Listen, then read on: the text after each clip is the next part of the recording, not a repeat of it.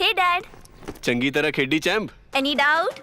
ಕಿಡಾ ಕಿಡಿ ಹಚ್ಚಬೇಕು ಸುಕೆ ಸುಕೆ ದಾಗ ಬೇಕು नो डाउट इन्ना सुक्के दाग लई है सर्फ एक्सेल मैटिक हुण नवे पैक विच एसपीपी टेक्नोलॉजी दे नाल ए जिद्दी सुक्के दाग कटे semi automatic machine which any doubt नवा सर्फ एक्सेल मैटिक। कुरुक्षेत्र में राष्ट्रीय शिक्षा नीति 2020 भारतीय शिक्षा नीति संस्कार मूल्य एवं सुझाव विषय पर आयोजित संगोष्ठी में पहुंचे हरियाणा के शिक्षा मंत्री महिपाल डांडा। शिक्षा मंत्री बोले, नई शिक्षा नीति रोजगार परक नैतिक मूल्यों से समाहित संस्कार युक्त व्यक्ति का निर्माण करेगी। साथ ही उन्होंने कहा कि 1 अप्रैल से हरियाणा के सरकारी स्कूलों में शिक्षकों की कमी क्या कोई भी खामियां नहीं दिखेंगी। आपको बता दें कि आज धर्मनगरी कुरुक्षेत्र में राष्ट्रीय शिक्षा नीति 2020 भारतीय शिक्षा नीति संस्कार मूल्य एवं सुझाव विषय पर संगोष्ठी में पहुंचे हरियाणा के शिक्षा मंत्री महिपाल डांडा ने कहा कि नई शिक्षा नीति रोजगार परक नैतिक मूल्यों से समाहित संस्कार युक्त व्यक्ति का निर्माण करेगी। वहीं उन्होंने दावे से कहा कि आगामी 1 अप्रैल से सरकारी स्कूलों में शिक्षकों की कमी क्या कोई भी खामियां नहीं दिखेंगी। शिक्षा मंत्री महिपाल डांडा ने कहा कि राष्ट्रीय शिक्षा नीति के बारे में बुद्धिजीवी छात्रों, किसानों, महिलाओं व शिक्षाविदों की मंशा तथा विचार जानने के लिए आज गुरुग्राम, सोनीपत, रोहतक के साथ साथ कुरुक्षेत्र में बड़े आयोजन किए गए हैं। उन्होंने कहा कि शिक्षा सबका जन्मसिद्ध अधिकार है और हमारी मंशा है कि सबको अच्छी रोजगार परक संस्कार युक्त शिक्षा दी जाए। वहीं उन्होंने एक उदाहरण देते हुए तंज कसा कि लोगों की मानसिकता है कि सरकारी स्कूलों में पढ़ोगे तो रुतबा घटेगा, लेकिन उन्हें नौकरी सरकारी ही चाहिए। दोस्तों,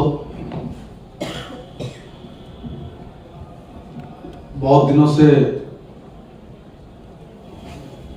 माननीय पूर्व मुख्यमंत्री और वर्तमान मुख्यमंत्री जी के साथ एक चर्चा चल रही थी कि हरियाणा में राष्ट्रीय शिक्षा नीति को 2025 में लागू कर दे, कोई त्रुटि ना रहे, इसलिए एक व्यापक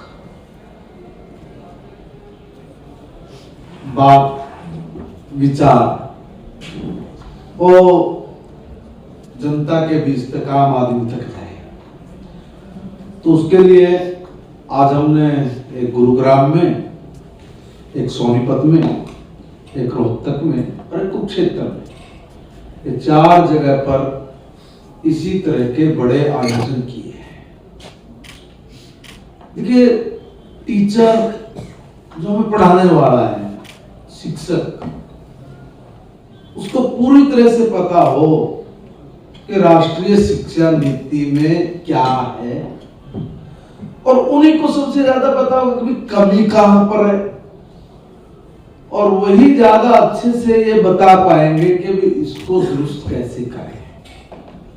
ये एडमिन बात हो गई, प्रशासनिक बात हो गई, मगर देश में जो बुद्धिजीवी लोग हैं, जो हमारे छात्र हैं, महिलाएं हैं, किसान हैं, शिक्षाविद अनेकों अनेक हैं, उन सब की राय, मंशा, उनके सुझाव, उसके लिए भी हमने आज से ही आमंत्रित करने के लिए निवेदन किया है कि सब अपने सुझाव दें कि कैसी हो हमारी राष्ट्रीय शिक्षा नीति। आमूलचूल परिवर्तन जितने संभव होंगे सुझाव के आधार पर वो सब करें, अच्छे पाठ्यक्रम बने, हमारे देश के बलिदानियों का, शहीदों का इतिहास छुपाया गया, तोड़ा मरोड़ा गया, देश के ऐसे साइंटिस्ट जिन्होंने बुलंदियों को छुआ, ऐसे लोगों को पढ़ने का हम लोगों को कोई दिखता ही नहीं है। अनेक ऐसी चीजें हैं जो हम लोगों के सामने नहीं आई और जिससे हम लोगों को जो प्रेरणा मिलनी थी, हम लोग उस प्रेरणा से भी कहीं न कहीं जरूर वंचित रहे। इसलिए भारत के बच्चे को अपने इतिहास पर गर्व हो, वो गौरव के साथ अपने जीवन को जिए, इसी विषय को लेके नीचे तक शिक्षा विभाग जाएगा और हर व्यक्ति का सुझाव, ऑनलाइन भी आजकल तकनीक का युग है, तो कोई वीडियो बना के डालेगा, कोई ऑडियो डालेगा, कोई ईमेल्स करेगा, कोई अपने विचार वो शिक्षा विभाग तक भेजेंगे। और इसमें मैं पत्रकार छायाकार भाइयों से भी निवेदन करूंगा, देखिए आप समाज के हर वर्ग को, हर तबके को टच करते हो, तो आपका विचार भारत में आपकी नजरिए से, आपकी दृष्टि से क्या बदलाव हो, आप क्या चाहते हैं, इसलिए खुले मन से जरूरत है। और मास कम्युनिकेशन, आपकी जो पत्रकारिता है, इसमें कहाँ क्या कमी, इसको कैसे दुरुस्त करना, सब कोई भी टॉपिक ना बदले, उस पर आपका विचार और संपूर्ण हरियाणा का विचार, यह हम कलेक्ट करने के लिए आग्रह कर रहे हैं। और उसमें आज से उसका हमने आगाज किया है। बहुत सारी चीजें यहाँ पे लागू भी हुई हैं। अभी कुरुक्षेत्र यूनिवर्सिटी ने उसको पूरी तरह के लागू कर दिया है। अब धीरे धीरे कुछ कमियां ध्यान में आ रही हैं, उनको दुरुस्त करने के लिए ये लोग भी अपनी तैयारी में जुटे हुए हैं। कुल मिला के आपके माध्यम से मैं ये निवेदन करूंगा कि राष्ट्रीय शिक्षा नीति पर लोग अपने विचार दें, रोजगार पूरक नैतिक मूल्यों में समाहित संस्कार युक्त हमारी एजुकेशन, ताकि हम लोग मनुष्य का निर्माण कर सके। शिक्षा का मतलब है मनुष्य बनाना, व्यक्ति निर्माण करना। तो व्यक्ति निर्माण करने के लिए हम लोग चाहेंगे कि हर व्यक्ति अपना सुझाव दे। इससे ज्यादा मुझे कुछ नहीं कहना। धन्यवाद, शुक्रिया। माननीय मंत्री जी, मेरा एक सवाल है आपसे। हरियाणा प्रदेश के 61 कॉलेज को नोटिस जारी किया गया है गलत कोर्स लागू करने को लेकर, इसी एनईपी को लेकर। देखिए, अभी शुरुआत है। हर चीज में कभी भी नेगेटिव दृष्टिकोण से शुरू नहीं करना चाहिए। मेरा एक निवेदन है, देखिए आज पहली बार एक अच्छी चीज को शुरू करने के लिए पहल की है। कभी किसी ने इस बारे में सोचा भी नहीं, किसी ने सोचा भी नहीं है, पर हमने इसको बड़ा प्रैक्टिकली 4,000 5,000 लोगों के साथ, अब मान के चलिए कि 15 से 20,000 टीचर्स, स्टूडेंट्स और जो ऑनलाइन या दूसरे तरीके से जुड़े हुए तो अलग है। देखिए कुछ खामियां हैं, आप ये मांगी हैं, आप यहाँ भी आई है ना बात सामने निकल के 1-2 बार, मगर इन चीजों को ध्यान में रख के सब चीजें व्यवस्थित हो, ठीक हो, इसी के लिए तो सुधार मांग रहे हैं। ये सब चीजें मिलेंगी, कुछ कमियां हैं, रहेंगी, इनको दुरुस्त करना ये रिस्पॉन्सिबिलिटी, इनको दुरुस्त करेंगे। मंत्री जी, नई शिक्षा नीति 2025 में आप लागू करने जा रहे हैं, क्या उम्मीद की जाए कि हरियाणा में खासतौर से सरकारी स्कूलों में एजुकेशन का स्टैंडर्ड इतना बढ़ जाए कि जो सरकारी कर्मचारी हैं वो भी अपने बच्चों को आप पढ़ाना शुरू कर दें, तो उसको लेकर के क्या वाइस है? देखिए, मैं एक बात बताऊंगा, शिक्षा मेरा जन्मसिद्ध अधिकार है और मैं शिक्षा कहीं से भी लूं, ये भी मेरा अधिकार है।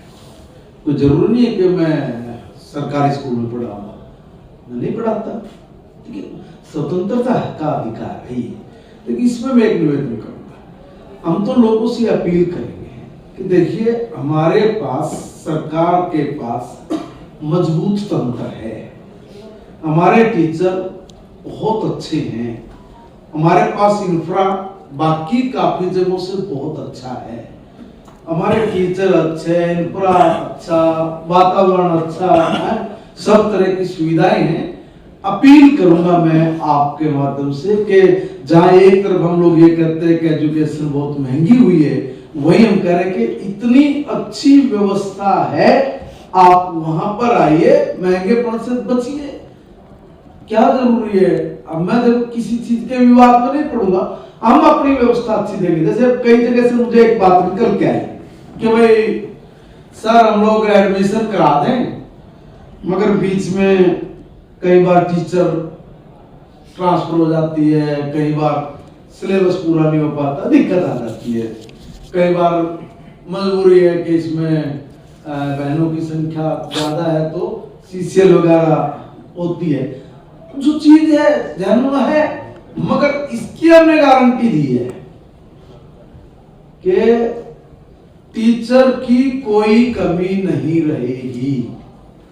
उसकी पूर्ण व्यवस्था के लिए परसों ही सब अधिकारियों को आदेश निर्देश जारी कर दिए गए हैं। 1 अप्रैल से हर स्कूल में सब टीचरों इसके लिए बोल दिया गया है, कहीं कोई चूक कोई कमी नहीं बचेगी। बस एक ही कमी है, वो ये कि भाई हम लोग इस धारणा से निकल जाएं कि भाई प्राइवेट स्कूल में जा रहे हो। होता क्या है, एक मेरे पास बड़ा अद्भुत बात बता रहा हूँ, बड़ा जैनुअन भारती जी हुआ क्या, मेरे पास ऑफिस में मेरे 2 दोस्त आए, बड़े दिनों के बाद मिले, मैं शिक्षा मंत्री बड़ा बैठे, मुझे कहने लगे कि बोला और भाई साहब क्या कर रहे हो, ये मेरे भी बच्चों का हालचाल पूछा, मैंने उनका पूछा तो एक ने कहा और भाई क्या कर रहे बालक, उनका पढ़ रहे हैं, कौन सी में, 9वीं में पढ़ रहा है, 7वीं में पढ़ रहा है, लकड़ा पढ़ रहा है, उनका सरकारी में। तो उसका भाव देखना, मैं मुंह से कैसे करके बताऊंगा, सरकारी में ऐसे करके मेरे को बड़ा अजीब सा लगा। अभी वहीं पे मौके पे 1 मिनट की बात स्थिति उल्टी भी पड़ गई। उसने कहा और बता तेरा बाल क्या कर रहे हैं, वो थोड़ा उम्र में बड़ा है हमारे, तुम्हारा दोस्त है, बोला कुछ नहीं यार पढ़ लिए, बोला नेताजी तो राम को देख लकड़ी नौकरी नाकरी मिल जाए तो बोला कड़ है सरकारी में। उसने तो कितना बुद्धि का इस्तेमाल किया कि तुरंत कैसे जवाब दिया, कहां सरकारी में, वाह सरकारी स्कूल में पढ़ेगा तो तेरा रुतबा तेरा स्टेटस कम होगा, मगर नौकरी तेरी सरकारी हो उससे तेरा रुतबा बढ़ेगा। ये चीज नहीं होनी चाहिए। मेरा निवेदन है, सरकार ने अच्छे टीचर हमारे बच्चों को पढ़ाने के लिए नियुक्त किए हैं, अच्छे शिक्षक नियुक्त किए हैं, अच्छी फैसिलिटीज है, किसी की तरह की फैसिलिटीज की कोई कमी नहीं है। अब क्या होगा, विपक्ष का भी काम है, वो भी चिल्लाएगा, वो भी कहेगा देखो यहाँ बरामदा नहीं है, यहाँ कमरा नहीं है, यहाँ ये नहीं है। अरे भाई ये इब्बे नहीं है क्या है? सारी जिंदगी तुम्हारे हाथ में था सब कुछ, मगर हमने 10 साल में इंफ्रा बहुत खड़ा किया है। कहीं थोड़ी बहुत चूक भी है, उसकी जो रिक्वायरमेंट आ रही है, मैंने तो उस रिक्वायरमेंट को भी पूरा करने के आदेश दे दिए। हमारे एसीएस साहब बैठे इनको पता है, हमने कहा कहीं कोई चूक मत छोड़ो। और मेरे हिसाब से शायद हम अप्रैल तक बहुत सारे जो छोटे मोटे काम हैं जो जल्दी होने के हैं उनको तो तुरंत मैंने आदेश दिया, तुरंत करके इनको तो। और कल परसों मुख्यमंत्री जी ने जब शिक्षा विभाग की मीटिंग ली है उसमें साफ निर्देश दिए हैं, बिना किसी कमी के, जो कमी जो अभाव हमने पढ़ते हुए देखे हैं, हमारे बच्चे उस अभाव में एजुकेशन ना लें, इसको फोकस करके हमने अपने काम को गति देने का निर्णय लिया है। धन्यवाद सर। हाँ सर अभी आपने अभाव की बात की, तो हम भी सरकारी स्कूल में पढ़े हैं, और लेकिन सरकारी स्कूल में पढ़ते समय एक कक्षा पे एक टीचर हुआ करता था। आज क्या ऐसा स्कूलों में है? तो हमने तो बहुत अच्छी शिक्षा ग्रहण की सरकारी स्कूलों में की। तो आज के समय में तो केवल 2 टीचर हैं और 5 कक्षाएं हैं, ऐसा कितने स्कूलों में है? एक क्लास पे एक टीचर है, कैसे कितने स्कूल हैं? इसका कोई इसी में मैं अपना सवाल जोड़ देता हूँ। तकरीबन 867 सरकारी स्कूल हैं जहाँ पर सिंगल टीचर है और उनमें बच्चों की संख्या है 40,528। मैं एक बात बताता हूँ, मैंने भी परसों जब रिव्यू किया है तो कुछ आंकड़े इस तरह के है, आपने भी शायद वही से आंकड़ा लिए है। अभी हमने कहा कि रेशनलाइजेशन करके मैंने अभी भी एक बात बोली, आपने शायद सुनी नहीं जाती। 1 अप्रैल से जो भी ये अव्यवस्थित चीजें थी सब व्यवस्थित करके नए सिरे से हम अपने काम को अंजाम देना शुरू कर दिया। देंगे नहीं कर देंगे, 1 अप्रैल से सब फिट हो जाएगा, ये सीधे निर्देश है। सर मेरा एक सुझाव है कि जो प्रोफेशनल जर्नलिज्म है, मास कम्युनिकेशन सब्जेक्ट है जो हायर एजुकेशन में तो है सर, लेकिन इसको स्कूल एजुकेशन में भी लागू किया जाए, सब्जेक्ट लेकर आया जाए, बिकॉज बहुत अच्छा स्टूडेंट पास आउट है वो पत्रकार के अलावा एक भविष्य में अच्छा पत्रकार भी बने और इसके अलावा उनके लिए भी जो रोजगार के अवसर बने। जी, मैं स्वागत करता हूँ। आपने बड़ा अच्छा सुझाव दिया। मैंने इसीलिए कहा है कि आप भी अपने सुझाव दीजिए, जरूर इनको इंक्लूड करेंगे।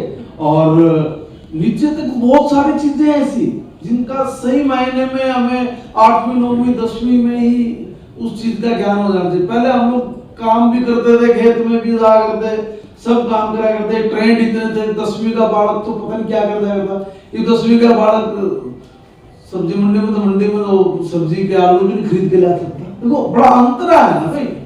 तो इसलिए बहुत सारी चीजों को भी प्रैक्टिकली करने की जरूरत है। उसकी आदरणीय मोदी जी के नेतृत्व में हम लोग ये धीरे लेके एक सवाल है आज यार, इसका मामला शिक्षा मंत्री जी तो क्या है? 11वीं 12वीं की हिंदी की कक्षा 11वीं 12वीं की हिंदी की पुस्तक के अंदर जर्नलिज्म का सब्जेक्ट जुड़ा हुआ है ऑलरेडी कई सालों से। अच्छा, देखो अब इसकी जानकारी अब होता क्या कि देखिए ये भी तो अभाव है ना, अवेयरनेस।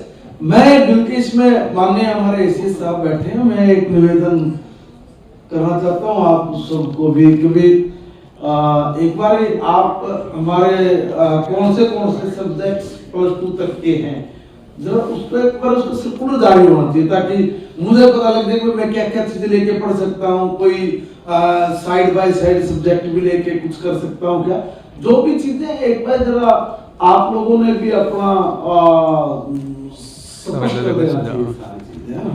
तो सर अभी के बारे में बड़ा बोल रहे थे और यूनिवर्सिटी में तो जो अपनी राष्ट्रीय शिक्षा नीति 2020 लागू हो गई है, कुरुक्षेत्र यूनिवर्सिटी ने पीजी में कर दी है और सारे जो बाकी प्रदेश की यूनिवर्सिटीज हैं उन्होंने अपने कैंपसेस में तो कर दी है। तो अब जो है पहले यूनिवर्सिटी में तो हो गया, लेकिन जो स्कूल लेवल है जो सबसे बेसिक चीज है तो उस पर हम कब से इसको बहुत अच्छी लेकर बात की भाई।